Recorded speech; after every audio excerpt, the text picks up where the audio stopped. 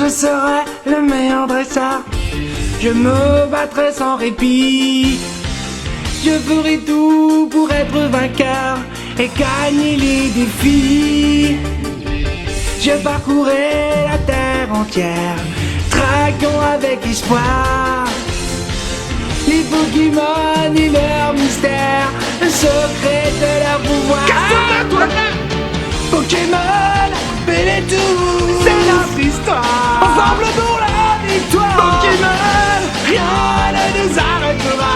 Notre amitié triomphera.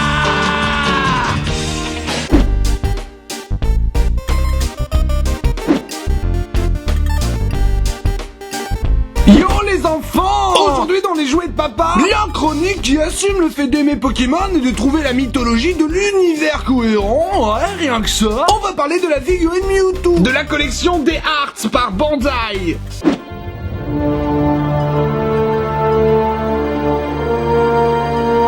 Ah, Mewtwo. Ah, le 150e Pokémon du Pokédex national. L'ultime créature des versions bleues et rouges. En plus de son côté badass, dès sa première apparition dans les jeux Pokémon en 1996, Mewtwo n'était pas une énième bestiole, non. En effet, une seule chance pour le capturer et une difficulté de malade mental. À moins que vous ayez eu le bon sens de garder la Master Ball bien sagement dans votre sac à dos. Ce qui était rarement le cas la première fois. Alors, on savait pas nous. Il était aussi le Pokémon avec le background le plus étoffé à l'époque. Il nous était possible à Croix-Moisille de lire des notes nous en apprenant plus à son sujet. Comment avoir le Pokémon le plus cool et le plus fort de tous les Pokémon? Bah cloner Mew, tout simplement. Attends. En plus de le retrouver dans toutes les équipes de dresseurs des cours de récré, il était la star du premier film Pokémon et d'autres films par la suite. Des apparitions remarquées dans les différentes séries animées. Je vous conseille d'ailleurs, si vous l'avez pas encore vu, la série animée Pokémon Les Origines, un concentré de références aux premières versions et des combats énormes. Bref, il est l'un des Pokémon les plus classes et populaires de l'univers Pokémon.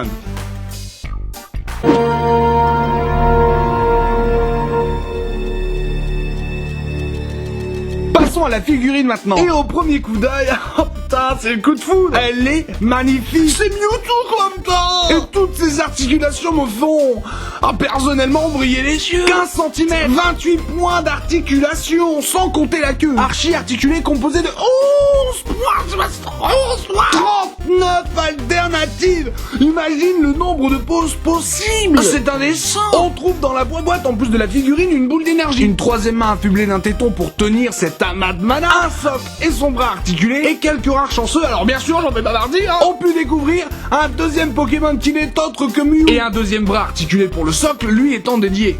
De plus près cependant, les couleurs sont, comment dire, dégueu. C'est dégueu, oui, c'est dégueu. On y voit presque les coups de pinceau. Et en main, mais j'ai la vague impression qu'elle est pas finie. Que Bandai a oublié de polir, de poncer ou de laquer ma figurine. Ne faites pas gaffe aux taches jaunes et n'en faites pas référence, ça va me faire pleurer. Accident de colle, on y vient.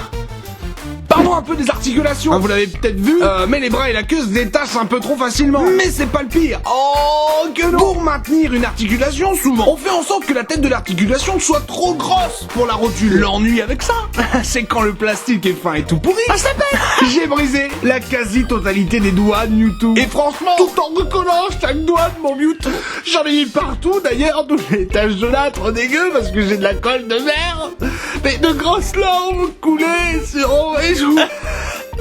La queue. Alors ouais, franchement ça claque. Moi j'aime bien qu'il y ait autant d'articulation, mais elle sert à rien en fait finalement. En fait il y en a beaucoup pour pas grand chose. Je peux même pas faire un S avec la queue, bon c'est de la merde.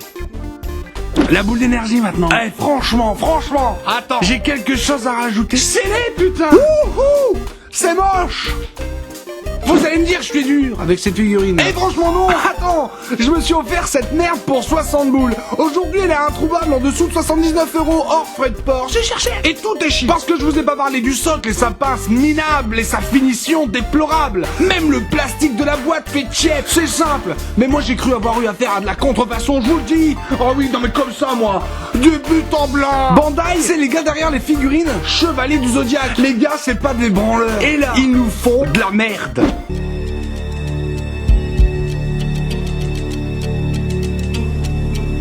Je vous conseille vraiment pas cette figurine, même si au fond de moi, mais je l'aime. Pas pour sa qualité exécrable, non. Mais parce que du haut de mon étagère, putain c'est Mewtwo et elle est vachement cool. Pas mal ta figurine, m'a-t-on déjà dit. Mais vraiment, je me suis fait voler. Et je serais vraiment curieux de m'offrir à nouveau une figurine des Arts Collection de chez Bandai pour voir si c'est vraiment la collection qui est à chier comme ça. Je trouve ça super triste, ouais. Parce que des figurines Pokémon articulées et super classe comme ça, bah ça court pas les rues. Sur ce, je vous souhaite à toutes et à tous la bonne vie, les gars. Si t'as aimé cette vidéo, eh ben je t'invite à mettre un pouce bleu, à la partager à tous tes copains et abonne-toi. Love.